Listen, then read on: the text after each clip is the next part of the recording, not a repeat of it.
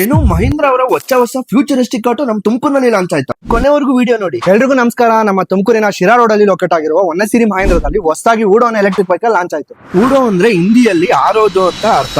Aeroplane inspired aerodynamic design style ಮಾಡಿದ್ದಾರೆ. ಈ ಒಂದು ಎಲೆಕ್ಟ್ರಿಕ್ ಆಟೋನ ನಮ್ಮ ಆಟೋ ಡ್ರೈವರ್ಸ್ ಗೆ ಯೂಸ್ ಆಗುವಂತಹ ಅಲ್ಟಿಮೇಟ್ ಫೀಚರ್ಸ್ ಈ ಊಡೋ ಆಟೋದಲ್ಲಿ ಕೊಟ್ಟಿದ್ದಾರೆ.